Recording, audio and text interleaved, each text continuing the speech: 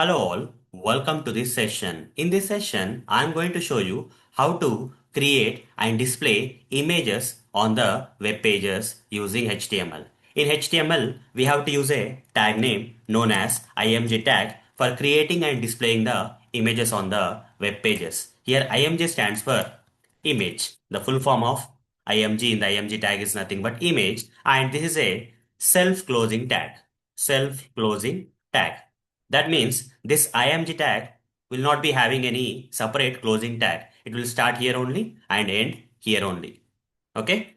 So how to use this img tag for creating and displaying the images on the web pages, I'm going to demonstrate right now. For that, I'll switch to this editor where we have already written some sample HTML code. And inside this empty body tags, I'm going to type img tag.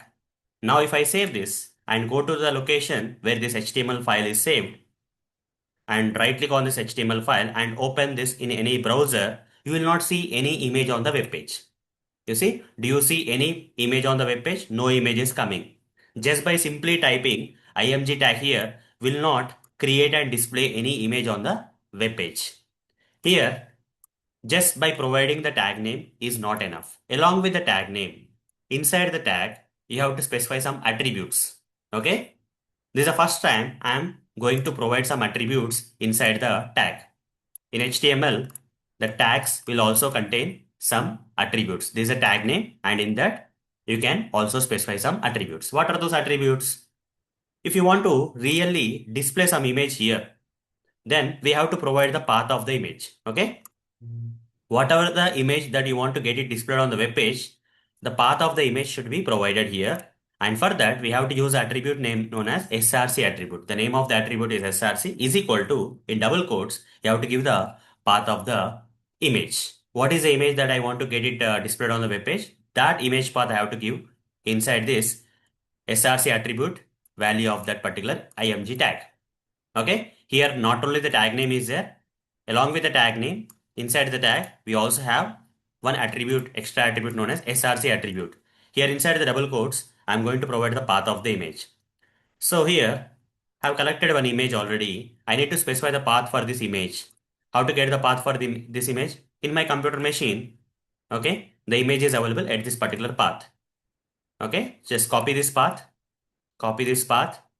come here and paste it.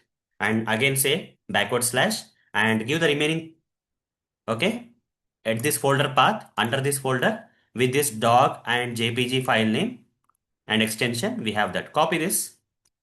Now come back and here give the full path of the image. Now save this. Earlier, we only gave the image img tag name, but we didn't give this path of the image provided as a value of this src attribute. But now we did that. So this time, will we get any image getting displayed on the web page? Let's see that. Now let me refresh this, which is referring to this HTML file. Did I get an image? Yes, I got an image. But the image size is very big. You see, I need to scroll to just see the image. Okay, there is a dog kind of image here and the image size is very big. It's not fitting my web page. Now I want to give it proper height and width. Okay, I want to specify some height and width for the image. So we have few more attributes, guys. Okay, we have few more attributes. Apart from the src attribute, we have to give few more attributes to give the height and width for the image on the web page with what height and with what width you want to display that image. Okay, for that you can give the height is equal to double quotes.